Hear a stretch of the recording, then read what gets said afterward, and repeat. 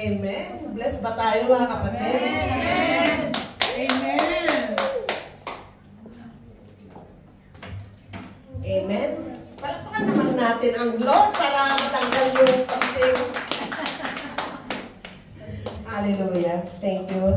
It's a big opportunity for me here na narito ako ngayon sa harapan to share Word of God at inakwent ako ni Pastora. Maraming salamat, Pastora, kahit alam mo na nandun pa rin yung konting kaba, nandun yung ano, pero kasama natin ang Diyos. Amen po ba? Amen.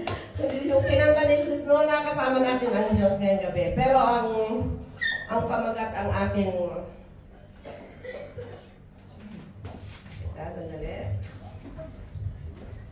So,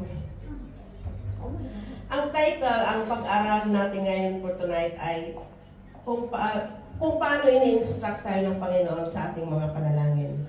Instruction of our prayers. So, ang passage na ito ay matatagpuan natin sa Mateo 7. Hindi ko na iano yung Mateo 7 verse 7 to 8. Ano yung sinabi mo kanina? Mateo 7 verse 7 to 8. Ano yun mo na lang yung kanina?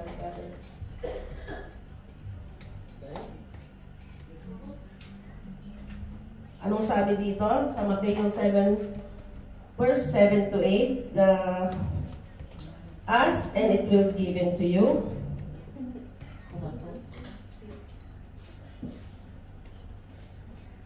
Saan yung Bible mo? Saan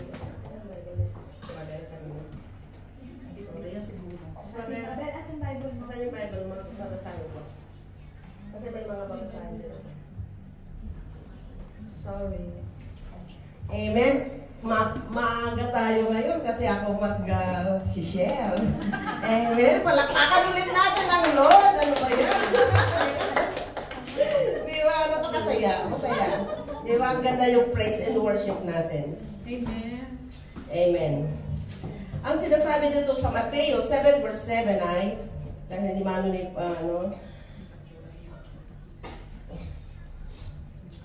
humingi, humanap, at kumatok. Asking, seeking, and knocking. So sabi niya dito sa 7, humingi kayo at kayo bibigyan, humanap kayo at kayo'y makakatagpo. Kumatok kayo at kayo'y pagbubuksan, sapagkat ang bawat humihingi ay tatanggap, ang bawat humahanap ay makakatagpo, at ang bawat kumakatok ay pagbubuksan. Ito ang turo ng ating Panginoon para ito ang susi ng panalangin para tayo'y masagot ang ating mga ang Panginoong Jesus. Yung humingi, humanap, at kumatok. Amen? So, let's pray muna para kunting lakas galing sa Panginoon. Amen. Thank you, Jesus. Thank you, Lord, O God. Salamat, Panginoon, sa gabing ito, O God, Lord. Salamat, Lord. This great privilege, Panginoon, that I am here, O God, Lord. Lord, thank you, Panginoon, Lord God, sa ginagawa mo sa akin, Panginoon. Salamat, Lord. Dahil narito kami, Panginoon, Lord God, anoint my lips, salahin mo, Panginoon, ang lahat ng mga lumabas sa aking bibig, Panginoon, Lord God. Lord, tanggalin mo, Panginoon, ang kaba, encourage me, Panginoon, Lord God. Ipaunawa mo din, Panginoon, sa lahat ng mga kikinig sa akin. Sasabihin, Panginoon, sa aking salita mo, God, Lord. Salamat, Panginoon, sa gabing ito, God, Lord. Sa iyo, papuri, pasasalamat in Jesus' name. Amen. Amen. So, ano ba ang panalangin, mga kapatid? Di ba ito yung turo ng ating Panginoong Jesus? Ang panalangin ay ang pagtawag at pakikipag-usap natin sa Diyos. Kaya itong humingi, humanap, kumatok, ito yung susi ng ating mga panalangin para sagutin ng ating Panginoon. Amen? Amen po ba? It's a communication to our God para lalo tayong mapalapit sa Kanya. Ito yung ginagawa natin sa mga everyday devotion natin, may mga personal prayer tayo, para mas lalo tayong magkaroon ng relasyon. Yung relasyon natin sa Panginoon ay magiging is more closer to Him, you know. So, Jesus taught us the Lord's Prayer. Di ba itong tinuro ng Panginoon natin, yung Ama namin? Siguro everybody knows this prayer, di ba? Yung Ama namin, noong tayo nung tayo high school pa, o kaya yung hindi naman lahat tayo ay naging born again agad nung sa Catholic pa tayo, di ba? Yung the Lord's Prayer, Ama namin, sumasalangit pa, or Our Father who art in heaven, hallowed be your name. This is the prayer that Jesus Christ taught to His disciples and His followers. Tapos ito rin ay tinuro din sa atin na naniniwala sa Kanya. So, in Matthew 7 to 7, may mga tatlong puntos na kung paano tayo, yung susi, tatlong puntos na sinasabi dito, yung about asking, yung paghingi natin sa Panginoon. Diba? Sino ba sa atin ang humihingi na hindi pa nasasagot? Diba? May mga panalangin tayo na hindi agad sinasagot ng Panginoon. Pero sinabi dito sa Mark, kaya't sinasabi ko sa inyo sa Mark 11:24, kaya't sinasabi ko sa inyo, anuman ang hingin ninyo sa inyong panalangin, maniwala kayo na natanggap na ninyo at matatanggap nga ninyo yun, sabi ng Panginoon. So, pag tayo nananalangin, di ba tayo nagpapalinis tayo sa Panginoon, yung we asking forgiveness, ano pa yung mga, lahat ng petition ay binibigay natin sa Panginoon para lang sagutin ang kanyang panalangin. Pero may mga panalangin din tayo na hindi sinasagot. May mga hadlang. Kayo ba yung mga panalangin nyo ay nasagot agad ng Lord? So, ang Panginoong Jesus ay hindi naman niya sinasabi na hindi niya sagutin ang ating mga panalangin. Sadyang may mga hadlang lang. Ano man yung mga hadlang sa ating mga panalangin? Di ba yung mga wrong motive sa puso natin? Di ba? Pag yung nananalangin tayo, iba yung nandun yung unforgiveness, unbelief natin, hindi tama yung panalangin natin sa Diyos. So ito'y nakakahadlang at hindi talaga sinasagot ng Panginoon. So dapat tayo'y humingi ng tawad at saliksikin ang sarili natin at huwag tayong makasarili dahil sinabi dito sa Santiago 4:3, verse 4, chapter 4:3, humingi man kayo, wala rin kayong matatanggap dahil hindi tama ang inyong layunin. Humingi kayo upang mapagbigyan ang iyong kalayawan. Di ba ang sinasabi dito ni Santiago ay ang wrong motives natin ay hindi sasagutin ng Panginoon.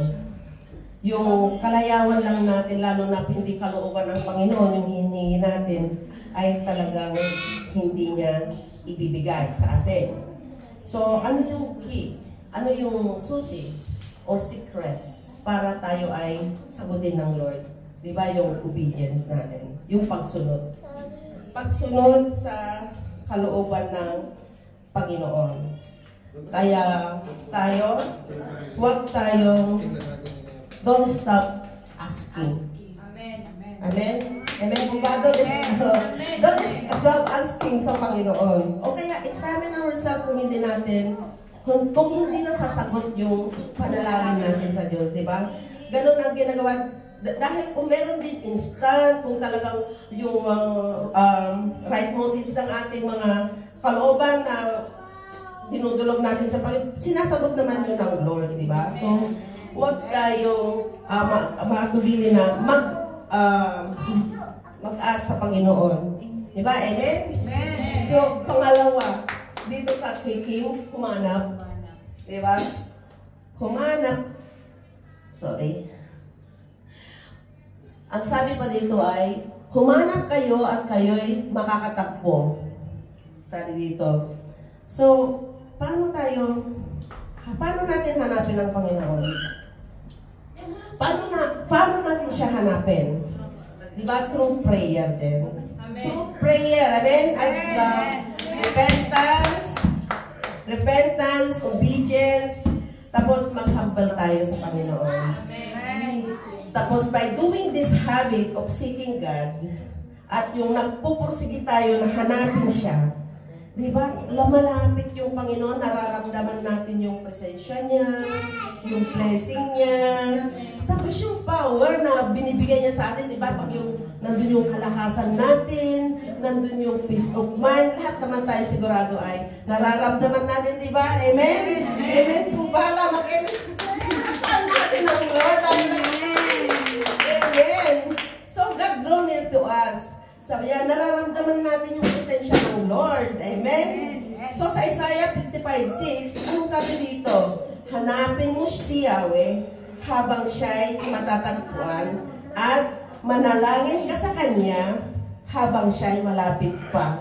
Diba? Pag yung ganun ang ginagawa natin lagi, pag tayo nag-pray, nagbabasa ng salita niya, tapos dinudulog natin lahat. Diba? Ang Diyos lahat kung ano yung mga problema natin, lahat ibigay natin sa Kanya, no? Siya lang ang makakasagot sa lahat ng ating mga panalangin. At napakalapit ang Lord. Parang piling natin dito, no? Especially here, dahil one of my friend told me, ang DM sabi niya, alam mo kung nandiyan ako parang malapit ang Lord. Although the Lord is everywhere, di ba? Parang we are so blessed that we are here. We are here in Israel. Di ba? So, sabi rin sa Jeremiah 29:13, you will seek me and find me when you seek me with all your heart.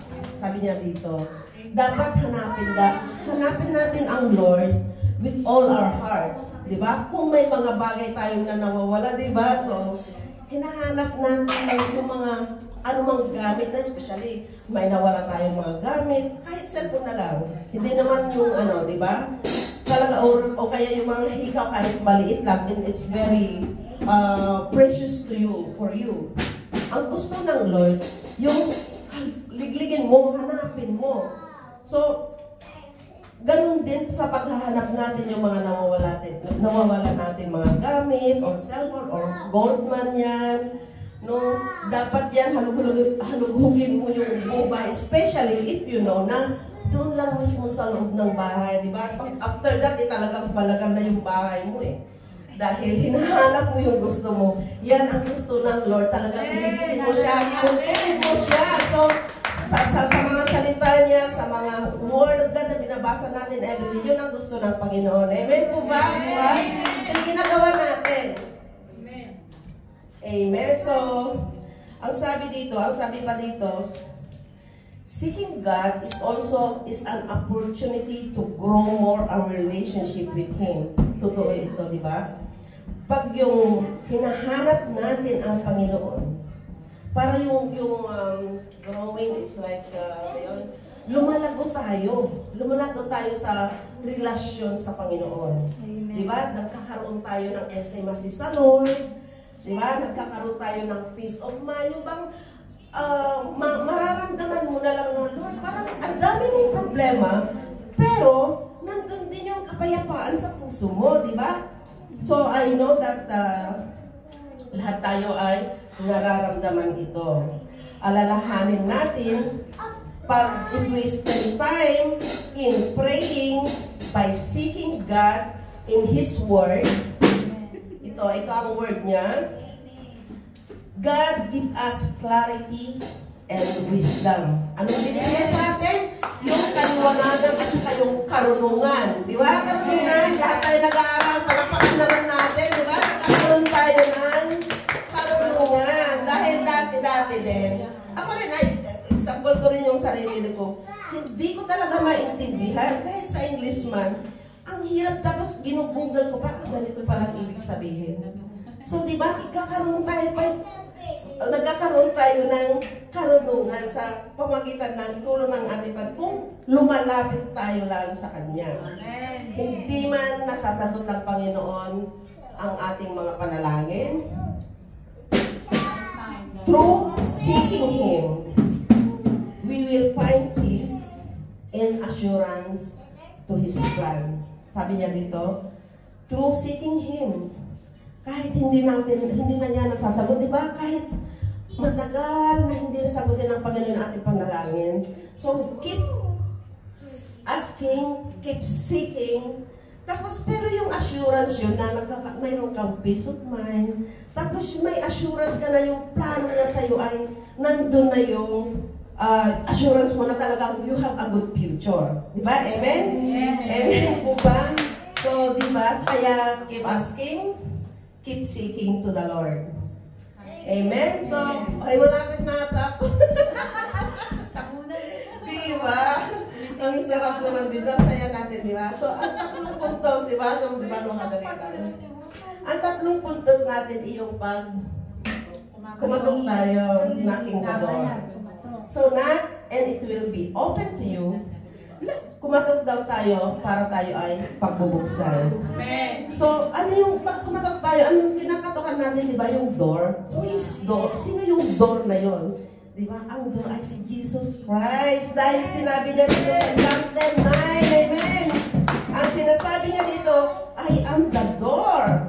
By me, if any man enter, he shall be saved. Amen, di ba?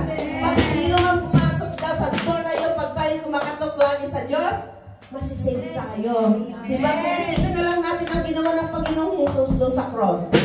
Di ba? Nung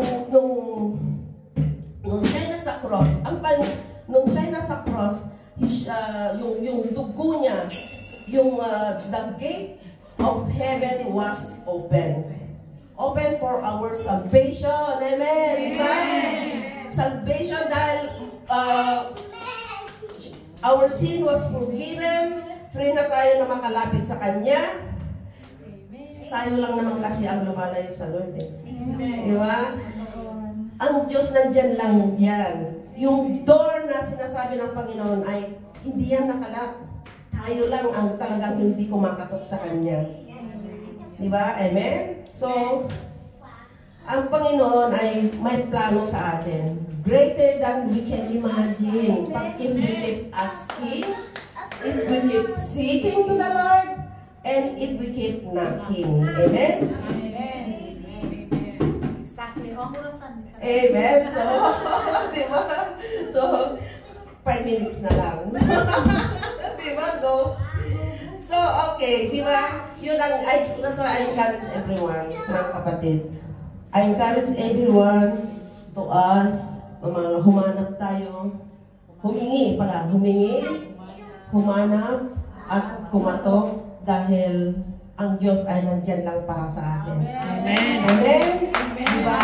So, ang Panginoon ay nandyan lang yan, tayo lang kasi ang lumalayo. Kasi ang dami kasi yung mga bagay na nagpapalayo sa atin ang Panginoon. Nagpapalayo sa atin mismo. Pero ang Diyos, nandyan lang yun siya para sa atin. Pero ang dami kasi yung mga bagay na hadlang sa ating paglapit sa Kanya. So, what we do is, dito na binibigay niya ang instruction niya para sa atin ay ang humingi tayo. Dahil yan ay given naman yan ang binigay niya sa atin at hanapin natin siya wholeheartedly at kumatok tayo sa Kanya. Diba? Ito ang binibigay ng Panginoong Jesus para tayo ay ano man yung panalangin natin sa Kanya ay maibigay. Amen po ba? Amen? So, yan lang mga kapatid ang may share ko for the videos. So, keep asking and seeking. to the Lord and knocking. Amen? Okay? Pray na tayo. Thank you, Jesus. Salamat, Panginoon, Lord God. Lord, salamat, Panginoon, sa gabi ito, God, Lord. Lord, teach us to, tulungan mo kami, Panginoon, Lord God, na humingi, hanapin ka, Lord, at we keep knocking on your door, Panginoon, Lord God. Dahil ito, Panginoon, Lord God, hindi mo pinagdadamot to sa amin, Panginoon, Lord God. Ito yung lahat, mga ito, ay bibigay mo sa amin, Panginoon, Lord God, para sa future namin, in the name of Jesus. Salamat, Lord, sa mga kapatid ko narito, God, Lord, bless each and every one of us, Panginoon. In Jesus' name, amen. Amen. Oh, diba?